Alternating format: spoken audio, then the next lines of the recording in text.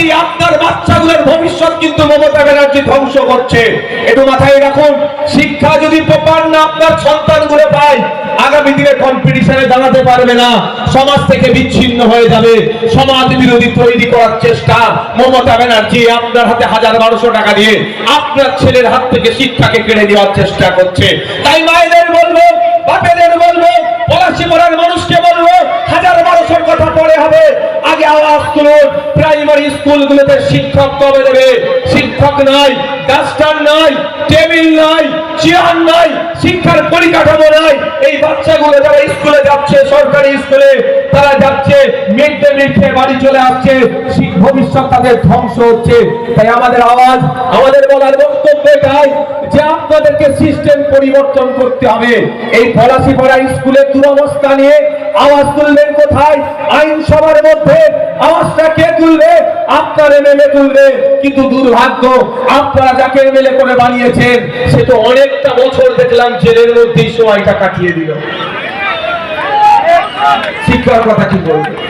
তাই বন্ধুগণ আমার, আপনাদের ভাবতে হবে। মায়েরা বলুন, আপনি 1000-1200 আপনার কাছে বড় কথা না? আপনার ছেলে যখন আপনি লোকের বাড়িতে কাজ করে সংসার চালান, আপনার স্বামী সকালে উঠে মাঠে না গেলে আপনার সংসার চলবে না। সকালে উঠে ভ্যানটা রাস্তায় না নিয়ে বার হলে আপনার সংসার চলবে না।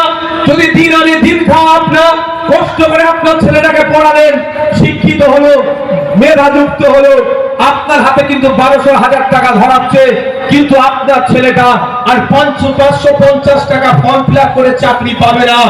আপনাকে 15 লাখ 10 লাখ রেডি করতে হবে, নাহলে আপনি চাকরি পাবেন না। আপনারা কোনটা চান? যে আপনার ছেলে 550 টাকা ফর্ম ফিল আপ করে চাকরি করুক না করুক?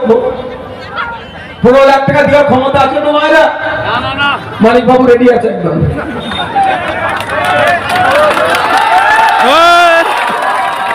কি বলছি বুঝতে পেরেছেন আমার কথা? 15 লাখ টাকা দিতে পারবেন আপনারা কি? তাহলে চাকরি হবে, না হলে চাকরি ওরা দেবে না। কিন্তু আমরা বলছি ওই সিস্টেম বন্ধ করতে হবে। 550 টাকা 330 টাকার ফর্ম ফিল আপ হবে। মেধার ভিত্তিতে 100 পয়েন্ট রোস্টারকে মেনটেন করে চাকরির ব্যবস্থা করতে হবে। এই সিস্টেম আমাদেরকে আনতে হবে। এই সিস্টেম আপনি আনতে পারবেন। সংবিধান আপনার হাতে সে পাওয়ার দিয়েছে। আর্টিকেল 326 আপনার ভোট দানের ক্ষমতা সংবিধান দিয়েছে। আপনার ভোটের জন্যই এমএলএ তৈরি হচ্ছে, আপনার ভোটের জন্যই শিক্ষামন্ত্রী তৈরি হচ্ছে। তাই আপনি যদি সঠিক শিক্ষামন্ত্রীকে ভোট দিয়ে নির্বাচিত করে পাঠান, প্রাইমারি স্কুলগুলো শুধু মিড ডে মিলের জায়গা থাকবে না, প্রাথমিক শিক্ষা কেন্দ্রের আসল হয়ে উঠবে। আপনার ভোট দিয়ে সঠিক যদি শিক্ষামন্ত্রী করতে পারে, তার স্কুলগুলোতে টিচার না থাকলে সঠিক শিক্ষামন্ত্রী, উপযুক্ত শিক্ষামন্ত্রী স্কুলগুলোতে শিক্ষকের ব্যবস্থা করবে। অন্যথায় কি হবে? স্কুলগুলোকে বন্ধ করার চক্রান্ত চলবে। আপনারা শুনলে অবাক হবেন, 2012 থেকে 2024 এই সময়ের মধ্যে পশ্চিম বাংলায় 25,000 প্রাইমারি স্কুল বন্ধ হয়ে গিয়েছে। আমি জানতে চাই ওই প্রাইমারি স্কুলগুলোতে কারা পড়ে? শুধু মুসলমান, শুধু হিন্দু, শুধু দলিত, শুধু আদিবাসী? না, ওই প্রাইমারি স্কুলগুলোতে গরিব শ্রমজীবী মানুষের ছেলে মেয়েরা পড়ে। যার ক্ষমতা নাই প্রাইভেট স্কুলে 2500 টাকা মাসে খরচ করার, সেই জন্য আপনার ছেলে মেয়েরা প্রাইমারি স্কুলে যায়। বছরে একবার 250 টাকার জমা করে দিলেন, সারা বছর শিক্ষা ওখান থেকে নেবে।